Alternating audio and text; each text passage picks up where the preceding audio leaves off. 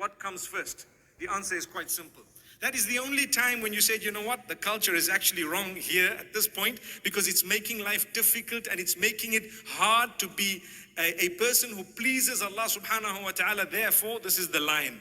But to just pass a blanket ruling to say, you know, whatever our forefathers have done is all by the way, we don't need it, that is wrong. You will adopt whatever they have taught on condition that it does not contradict what Allah has asked. That's what it is. It's simple. Take a look at the culture and the tradition that was there at the time of Rasulullah sallallahu alaihi wasallam. In the pre-Islamic era, you find some of what they engaged in was so good, such as Hilful Fudul. There was a treaty or the covenant that they had pledged in order to support the oppressed. The Prophet, peace be upon him, says, Wallahi, in the period of ignorance, I was called to a certain covenant. If I was called to something similar again now, as Islam has progressed, I will still go back and respond to that type of a call.